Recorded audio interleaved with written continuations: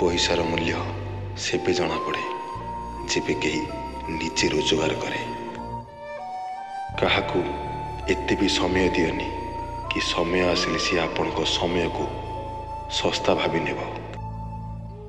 निजे एकुटिया बसी कांदीबाटा मृत्यु ठारू भी कष्टदायक होता है। जेउठी प्रश्न भी निजर होता है आउ उत्तर भी निजर होता है।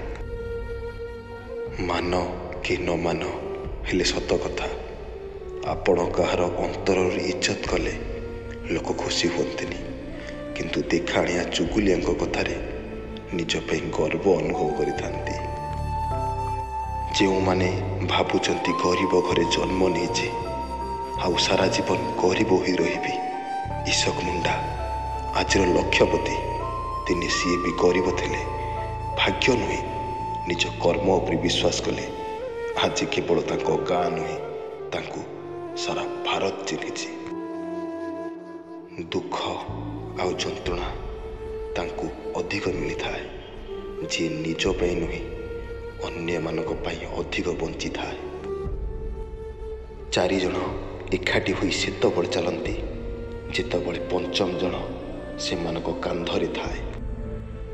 मनीषर बुद्धि सेतबळे छोट हो जाए जेबे निज लोक को धोखा देवा पाई से बाहर लोकों ठारू उपदेश नहीं थाए।